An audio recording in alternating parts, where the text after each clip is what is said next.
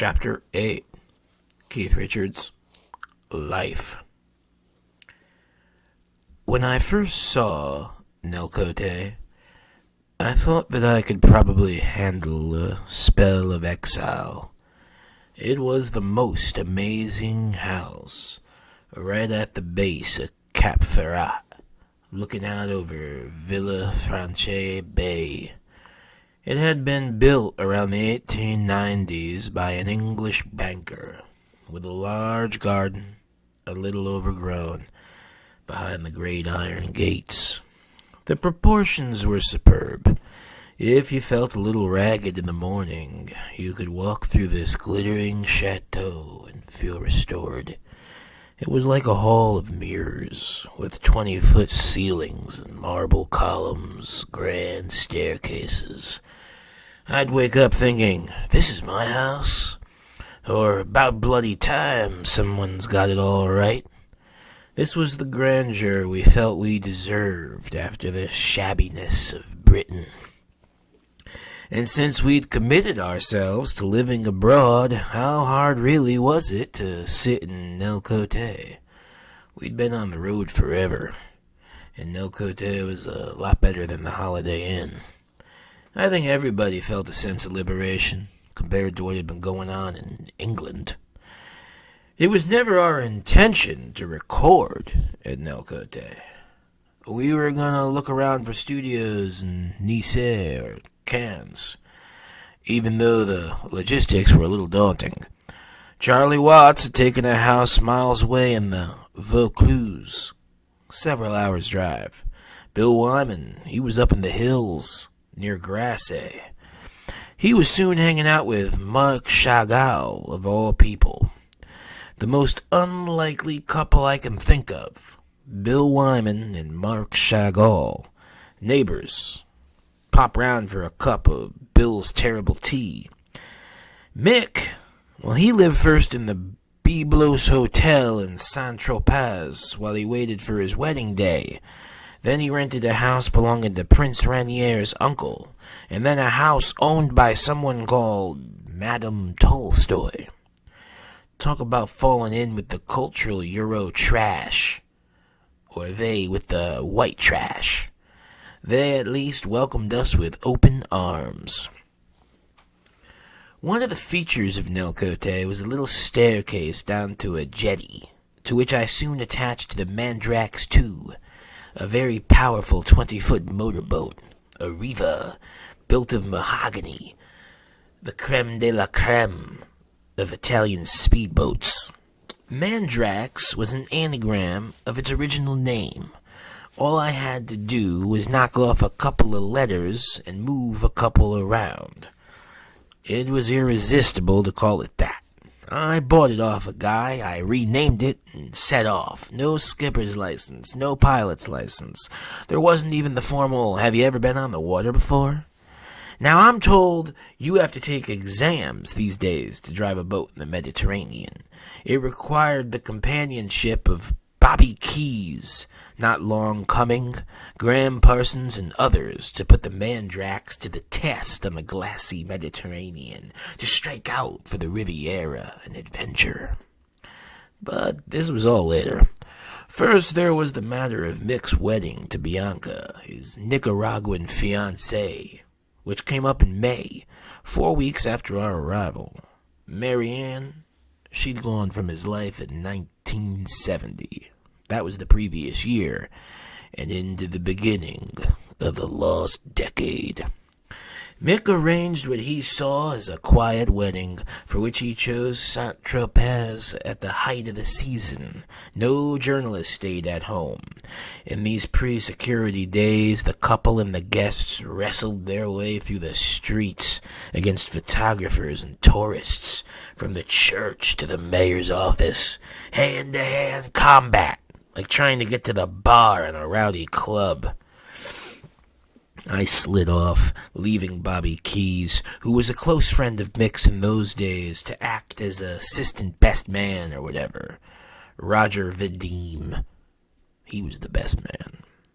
Bobby's role is mentioned here because Bianca's bridesmaid was the very pretty Nathalie Delon, estranged wife of the French movie star Alain Delon, and Bobby took a great and dangerous fancy to her.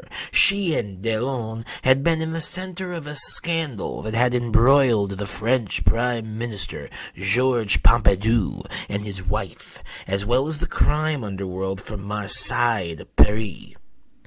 Delon's Yugoslav bodyguard, with whom Nathalie had had a brief affair, he'd been shot, his body found in a garbage dump on the outskirts of Paris. No one was ever convicted of killing him. Delon had left Nathalie and taken up with the actress Mireille Darc. It was a big mess, wrapped in considerable danger. Behind Delon and Nathalie were powerful figures from the Marseilles milieu, a few miles down the road, as well as a band of Yugoslav toughs. There was clearly a lot of bad feeling, some major political blackmail flying about. Nathalie herself had had the wheels loosened on her car. Not a great moment, maybe, to become her new beau. Bobby, knowing nothing of all of this, developed an instant fascination with Nathalie and blew his heart out at the party that night to attract her attention. He couldn't take his eyes off of her. He went back to London before returning to work on the music at Nellcote. And when he got back, Nathalie was still there, staying with Bianca. What happened then? Well, they're both alive still as I write, but I'm not sure why. Weeks would pass before that trouble became real. When I slid off at the wedding, it was towards a cubicle in the John of the Biblos, and I'm taking a leak. In the next cubicle, I hear sniffing. "Keep it down," I say, "or break it out." And a voice comes back, "Want some?" And that's how I met Brad Klein. He became a great friend of mine. His forte was transshipment, rerouting dope from here to there. He was very well educated, clean-cut looking boy, and he used this persona to brass his way through. He did get into dealing coke later and got more involved than he should have, but when I met him it was just the smoke. Brad's dead now. It was the usual old story. If you're dealing in this shit, you don't dabble in it. He dabbled, and he always wanted to stay in the game a little longer. But on that day of our meeting, Brad and I went off together to hang and left the wedding to itself. I only got to know the qualities of Bianca later on. Mick never wants me to talk to his women. They end up crying on my shoulder because they found out that he has once again philandered. What am I going to do? Well, it's a long ride to the airport, honey. Let me think about it. The tears that have been on this shoulder from Jerry Hall, from Bianca, from Marianne, Chrissy Shrimpton, they've ruined many shirts of mine. And they ask me what to do. Well, how the hell do I know? I don't fuck him. I had Jerry Hall come to me one day with this note from some other chick that was written backwards. Good code, Mick. I'll be your mistress forever. And all you had to do was hold it up to a mirror to read it. Oh, what a bastard he is. And I'm in the most unlikely role of consoler. Uncle Keith. It's a sign a lot of people don't connect with me. At first I thought Bianca was just some bimbo. She was also quite aloof for a while, which didn't endear her to anybody around us. But as I got to know her, I discovered that she's bright, and what really impressed me later on, a strong lady.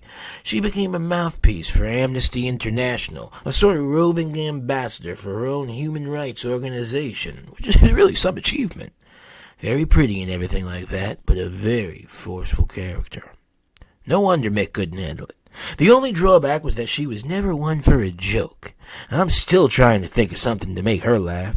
If she'd had a sense of humor, I'd have married her.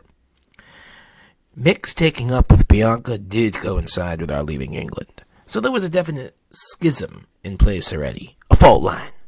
Bianca brought with her a whole load of baggage and society that Mick got into that nobody else was at all interested in, and I've no doubt Bianca by now is no longer interested in it either.